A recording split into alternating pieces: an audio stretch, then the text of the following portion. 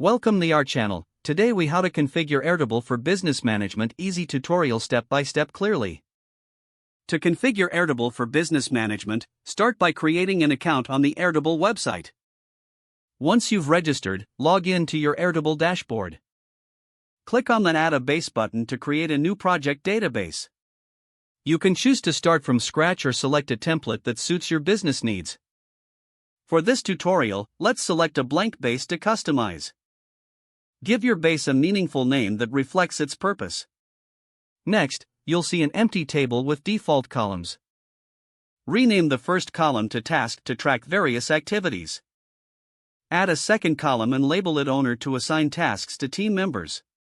Create a third column titled Due Date to keep track of deadlines. In the next column, label it Status to indicate progress on tasks. Choose the appropriate field type for each column by clicking on the drop-down menu. For Owner, select the Collaborator field type to assign tasks to team members. For Due Date, use the Date field type for easy date picking. For Status, consider using this single select type to provide options like Not Started, In Progress, and Completed. To add rows, click on the empty field under the task. Continue adding tasks and assigning owners and due dates as necessary. To enhance organization, you may want to use views. Click on the Grid View drop-down and select Create a new view. Name your new view based on specific criteria, like overdue tasks or team assignments. Filter the view to display only relevant data by clicking on Filter. Set a filter to show tasks that are overdue or assigned to a specific team member. You can also group tasks by status or owner by selecting the Group option in the view settings.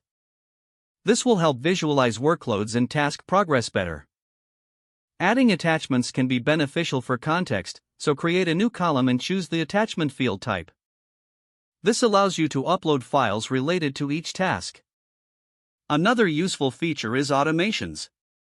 Click on the Automate button in the top right corner of the page to set up automations. You can create triggers, such as sending notifications when tasks are nearing due dates. Explore other options like reminders and updates to streamline your workflow.